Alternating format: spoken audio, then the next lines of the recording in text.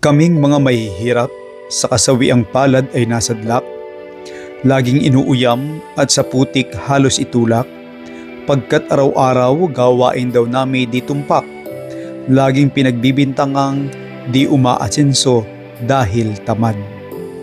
Yan lagi ang sabihin ng mga animoy mayayaman o di kaya naman ay ng mga taong mayayabang. Wala raw kaming gawa kaya buhay ay nasasadlak sa sakla. Wala raw kaming alam kundi good time sa inuman at ang umupo sa maritisan. Minsan gusto ko silang patulan at ang bibig ay busalan.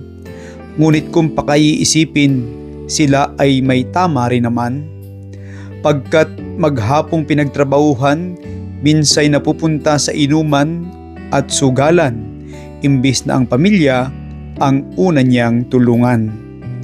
Kung minsan maaawa ka rin naman, kahit baga pahalang ang kanilang katuwiran, mahirap na nga naman, sa pagiging masaya, kami ba'y wala na ring karapatan? Ang aming ginagastos ay bunga ng pinaghirapan, kung ito'y maubos, ang mahalagay walang inaapakan. Ngunit pag emergency ay dumating nang walang ipon, minsan mga politiko agad na napipikon, walang tigil sa pag-aasikaso ng papel dito, papel doon, upang makamtan karampot nilang tulong. Ganito kaming mahihirap, sa kunting hanap, kasiyahan agad ang gustong lasap. Kahit ang buhay ay laging inaapuhap, ang mahalaga di tumitigil sa pangarap. Gusto ko lang sabihin sa lahat, kami naghihirap hindi dahil sa kami tamad. Umulat umaraw sa lupang tigang kami nakababad. Kung bakit naghihirap dahil walang oportunidad, edukasyon at buhay sakahan, sanay di kalidad, ilang pinuno ng gobyerno, walang abilidad. Sarili namin gusto naming tulungan. Sino ba naman ang ayaw mamuhay na mayaman? Ngunit magandang trabaho'y kami pinagkaitan. Ang katwiran ng marami, wala raw pinag-aralan.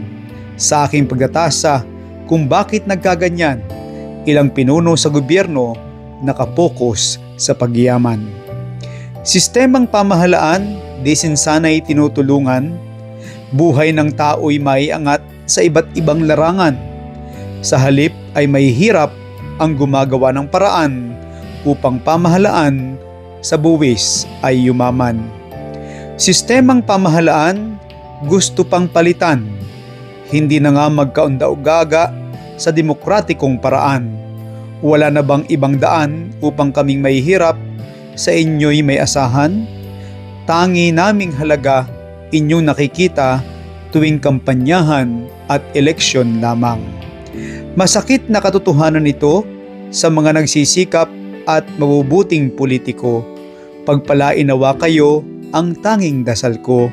Sa pagpapaunlad ng lipunan, ang simbahay kaagapay nyo.